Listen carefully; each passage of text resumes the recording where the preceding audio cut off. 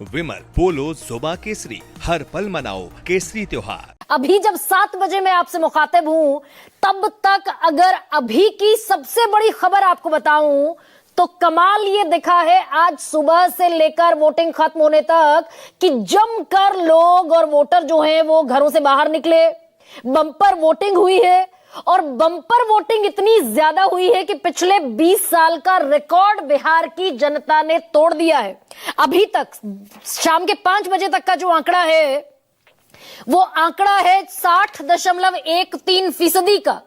2010 में अगर सिर्फ इन 121 सीटों की बात करूं तो 2010 में आंकड़ा था 52.1% का। वोटिंग परसेंटेज, वोटर टर्नआउट यानी कितने प्रतिशत वोटर बाहर निकले वोट करने के लिए, मतदान करने के लिए, 2015 में आंकड़ा बढ़ा और हो गया 55.9%।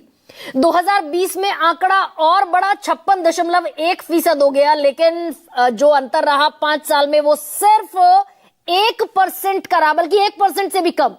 इस बार ये दिखाई दे रहा है 60.13% पर, यानी लगभग 4% ज्यादा वोटर टर्नआउट दिखाई दे रहा है। और जिस समय लालू प्रसाद यादव की सत्ता नीतीश कुमार के हाथ में आई थी, यानी कि साल 2005, अब से 20 साल पहले 2 बार चुनाव हुए थे। पहला चुनाव हुआ था फरवरी 2005 में, दूसरा चुनाव हुआ था फरवरी 2000 अक्टूबर में, क्योंकि किसी को बहुमत नहीं मिला था। उस वक्त वोटिंग परसेंटेज था 46.5%। अब अंदाजा लगाइए कि लगभग 14% का फासला है। और अमूमन ये कहा जाता है कि अगर जमकर वोटर घरों से बाहर निकले, जबरदस्त वोटिंग होती है तो यह सत्ता विरोधी लहर का परिणाम होता है।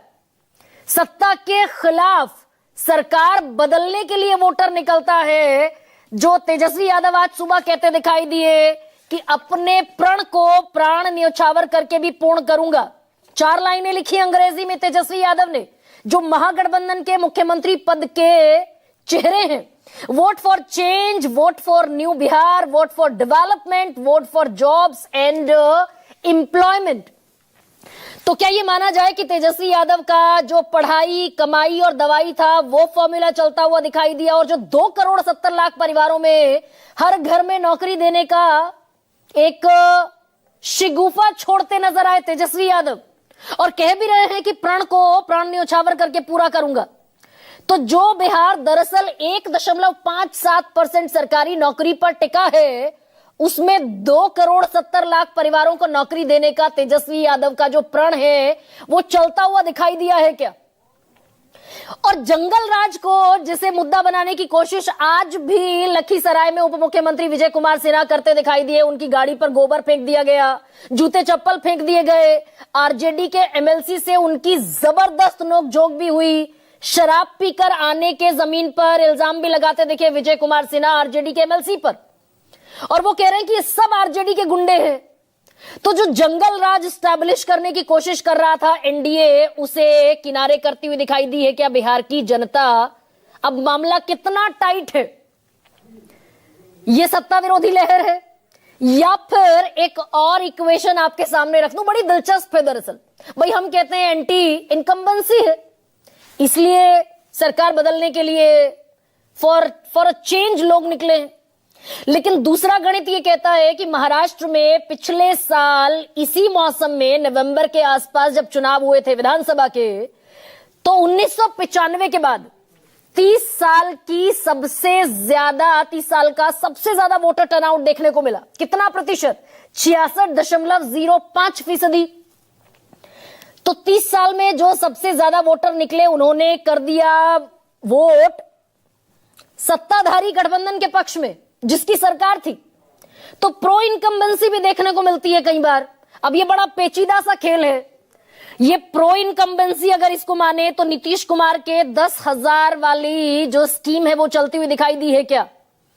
1.5 करोड़ महिलाओं को 10,000 रुपए जा चुके हैं, और मैंने कई डिबेट्स में ये बताया है।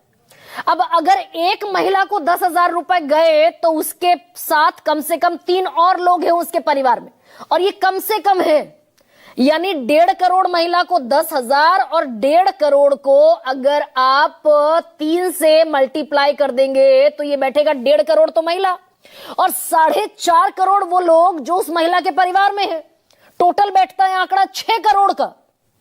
तो ये प्रो इनकम्बेंसी है क्या कि भाई एक जांचा परखा आजमाया हुआ चेहरा है नीतीश कुमार के तौर पर, ये महिला उस प्रो इनकम्बेंसी के तहत वोट करने बाहर निकली है क्या?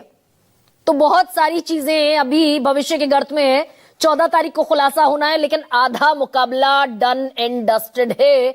इसी पर आज चर्चा करूंगी। प्रियंका गांधी कह रही हैं कि निष्पक्ष चुनाव हुआ तो महागठबंधन की सरकार बनेगी, और आज दरअसल आरजेडी की तरफ से आरोप लगाए गए कि राघोपुर में वोटिंग रोक दी गई, जो तेजस्वी यादव की कॉन्स्टिट्यूएंसी है।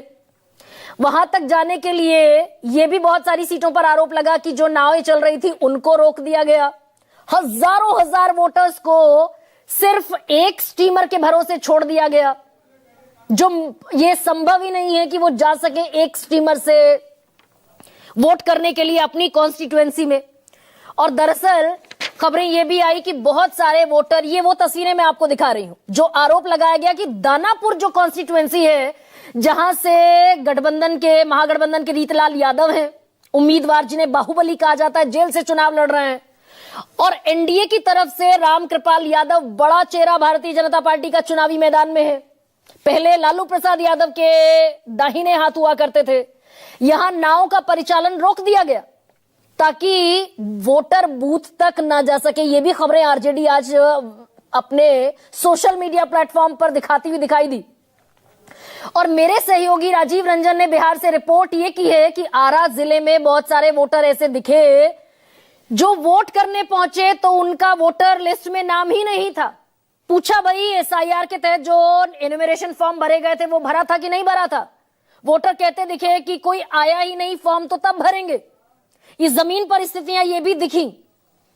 और बहुत सारे वोटर ऐसे कि जब तक वोट करने पोलिंग बूथ तक पहुंचे तब तक उनका वोट डाला जा चुका था। अब दरअसल इन दावों में सच्चाई कितनी है, आज ये भी समझने की कोशिश मैं करूंगी। और ऐसे में दो चेहरे, एक तरफ जांचे परखे आजमाए हुए नीतीश कुमार, 20 साल का एक ट्रैक रिकॉर्ड, तकरीबन साफ सुथरा ट्रैक रिकॉर्ड, और दूसरी तरफ 39 साल का एक युवा तेजस्वी यादव, अपने पिता की छत्रछाया से बाहर निकलकर अपील करता हुआ लोगों से वोट फॉर न्यू बिहार।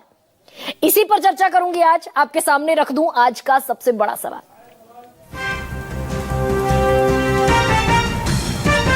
इस बार बिहार में वोटिंग बम्पर, तेजस्वी या नीतीश की लहर?